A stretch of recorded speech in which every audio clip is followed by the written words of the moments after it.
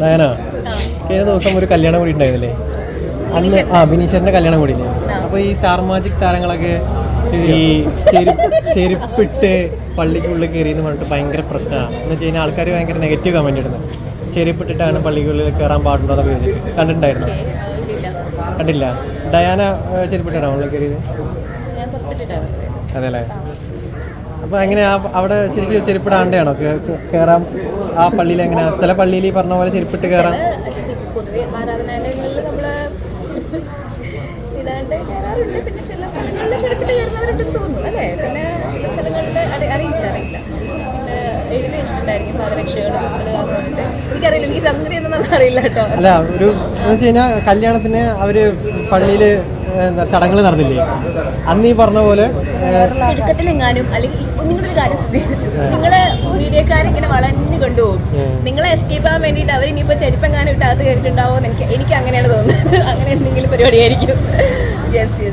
This should be the thing, yeah. എങ്ങനെയുണ്ടായിരുന്നു കല്യാണമൊക്കെ? എങ്ങനെയുണ്ടായിരുന്നു? ഗംഭീരമായിരുന്നു. ഞങ്ങൾ ഭയങ്കരമായിട്ട് വെയിറ്റ് ചെയ്തിരുന്ന ഒരു കല്യാണമായിരുന്നു. വളരെ സന്തോഷമായി.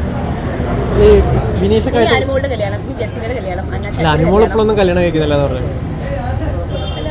കല്യാണത്തിന് അതിൻ്റെതായ സമയം. അനുമോളോട് ഞങ്ങൾ 3 വർഷമായി ഞങ്ങൾ ചോദിക്കുന്നത് കല്യാണം കഴിക്കുന്നില്ല. അതിൻ്റെതായ സമയത്തേക്ക് നടക്കും. അതാണ് ഒരു ലക്ക് ഫാക്ടർ കൂടി അതിലുണ്ട്. സമയത്തേക്ക് നടക്കും. എന്തെങ്കിലും പ്രണയം എന്തെങ്കിലും അറിയാമോ അനുമോളുടെ? അല്ല, ഫ്രണ്ട്സ് അല്ലേ?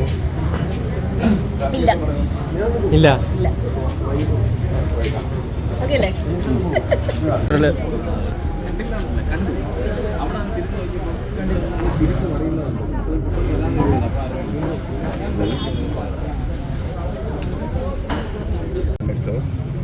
And we've already done one more movie is Merry Christmas. Soon it will be in OTT now.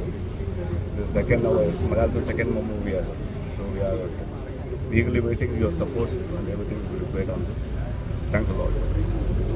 Actually, we are very grateful to them that they are willing to keep hands together for our second project. നമ്മൾ ആദ്യം project ചെയ്തു. Going to do this. Arun Koy. Definitely வந்து ஒரு பெரிய buzz create பண்ணாங்க மலையாளம்ல. நிறைய young talents இருக்கு. மற்ற அருண் கோய். We are going to identify the young talents. இதுவும் வந்து ஒரு பெரிய சக்ஸஸ்ஃபுல் டேரக்டராக வரும் இந்த படத்தில். நீங்களாம் வாட்ச் பண்ணுவீங்க. ஜென்சியோட மூவியாக இருக்கும் இது. Completely different rom-com type movie. Everybody will love it. Thank you. Tamil கிடையாது, മലയാളത്തിൽ സിനിമ